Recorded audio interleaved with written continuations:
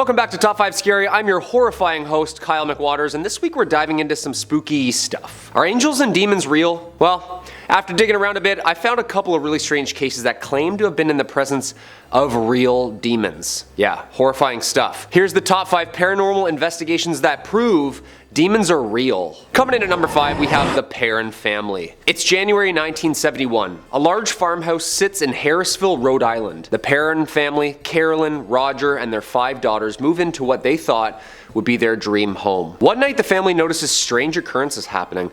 A couple of strange noises as if they hear things moving on their own, couple chairs. From the first night to the first week, right away though, the incidents got worse over time. It started with a missing broom at first, but then resulted in a paranormal nightmare, to say the least. In researching the home, Carolyn discovered that the same family had owned it for 8 generations previous to them, during which time many had died by either drowning, murder, or even hanging. Paranormal investigator team Ed and Lorraine Warren, the New England demonologists, were brought in. This is where it gets haunting. After a walkabout the property, they claimed that the home was haunted by a demon named Bathsheba. In fact, a woman named Bathsheba Sherman had lived on the property in the 1800s. Whoever the spirit was, she perceived herself to be the mistress of the home, and she resented the new homeowners. According to Andrea Perron, one of the daughters, who remembers the night vividly, says the family encountered several spirits in the house that caused them turmoil. Beds levitating in the middle of the night, tall ghostly shadows, and even their bedrooms reeking of rotten meat.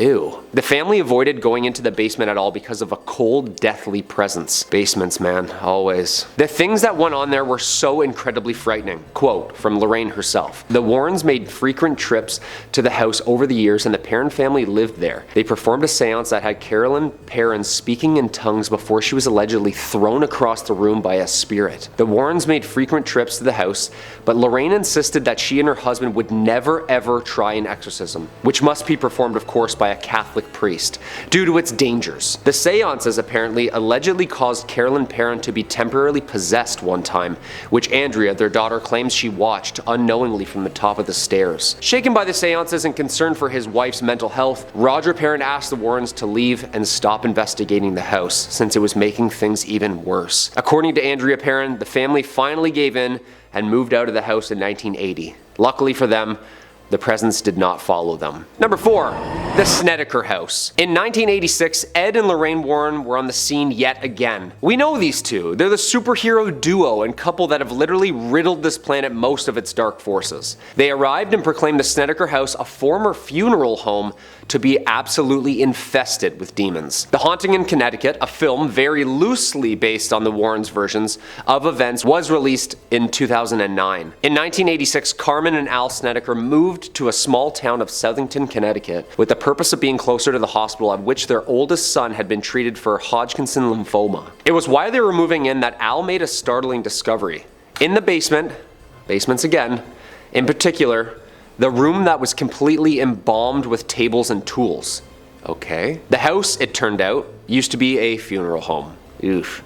Not long after, Carmen says she began experiencing strange phenomena like items disappearing, and her children reported seeing strange people in the house, as well as hearing voices and the sounds of hundreds of birds taking flight. Her oldest, who at the time was in the middle of radiation treatment, began to exhibit radical personality shifts, becoming animalistic and angry. Mop water was reported to turn to blood red, and the sense of rotting flesh and decay were reported all throughout the home. She was also frightened of apparitions that she saw one night with long black hair and black eyes, and the other with white hair and white eyes wearing a pinstripe tuxedo. It was then that Carmen decided to contact Ed and Lorraine, along with a few other investigators. The Warrens moved into the house until they'd experienced this presence the Snedekers were talking about. During their time in the house, they claimed to have seen first-hand demons in the home, with many team members being slapped and beaten and even slammed to the floor. The Warrens deemed it necessary for a full-scale exorcism, after which the house was judged clear by the Warrens themselves. And a peaceful aura then seemed to linger instead of this once cold, dark presence. I mean, it's a funeral home, you know, right off the bat. That's a no-no for me. Number 3, the Smurl haunting. The Smurls moved into their dream home in West Piston, Pennsylvania, August 1973. They claimed that the premises were disturbed by a demon that caused loud noises and bad odors.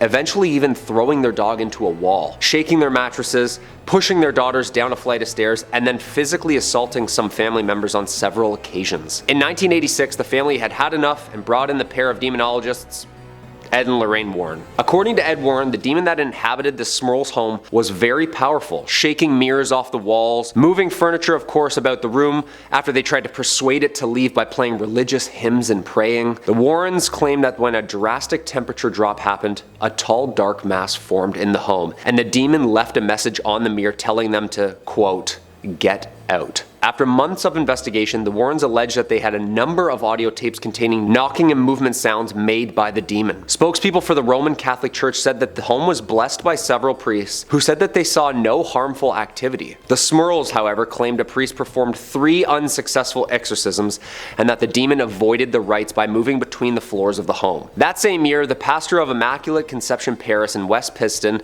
said the Smurls felt that after intense prayers, things were finally back to normal. After the Smurl family moved, the next family never encountered anything supernatural while living there. Hoax or haunting?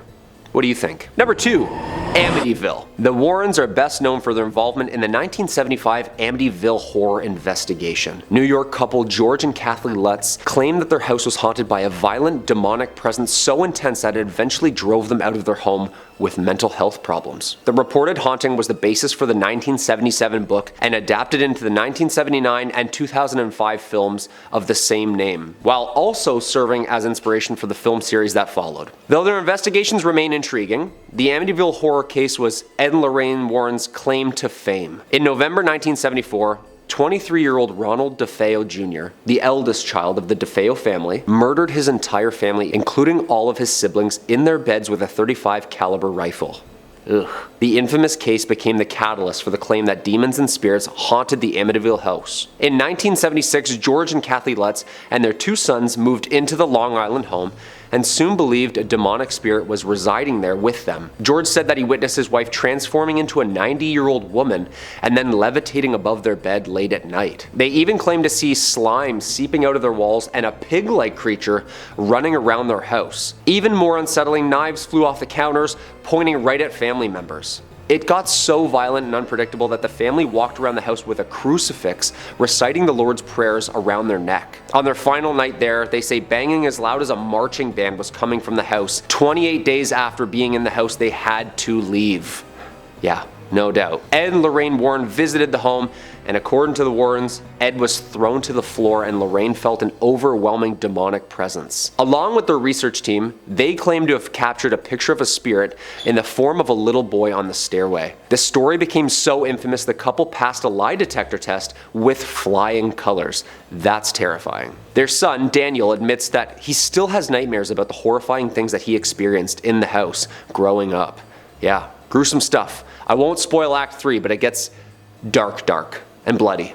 Speaking of gruesome, and our number 1 spot, Michael Taylor. It's 1974, Yorkshire, England. Michael Taylor, aged 31, father of 5 and husband to Christine Taylor. Michael was a well-mannered and caring father and husband. Michael, like anyone, became depressed from a back injury and left him short on work and oddly off. After seeking religious advice and one-on-one sessions at a local church, Michael started having outbursts and acting aggressively. Puzzled, of course, he sought one-on-one sessions which turned ugly very soon. After apparently changing form and attacking Marie, a young religious leader helping Taylor, and unable to remember anything, Michael and the church agreed that an exorcism was necessary. Father Peter Vincent and Reverend Raymond Smith met at St. Thomas and started. It got so violent, he was even tied to the church floor. After hours in the middle of the night, the two had managed to exorcise more than 40 demons out of Michael, in which they had appeared around them as they exited. Violence continued, leaving only 3 remaining for the next day. After returning home from the first session, Michael was found now hours later,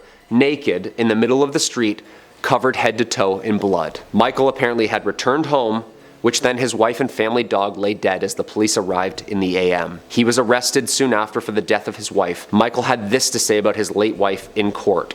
Quote, "Released. I am released. It is done.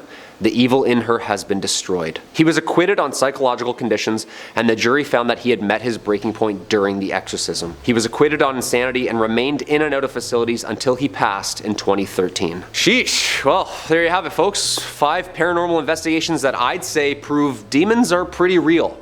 Yeah. Those are terrifying, and I feel for every person trying to sleep at night after seeing, hearing, or reading about these. Dudes, if you know any other deep dark demonology you want me to dive into, let me know in the comments down below. Until next time, keep the lights on, the doors locked. I'm Kyle McWaters. Stay spooky, everybody.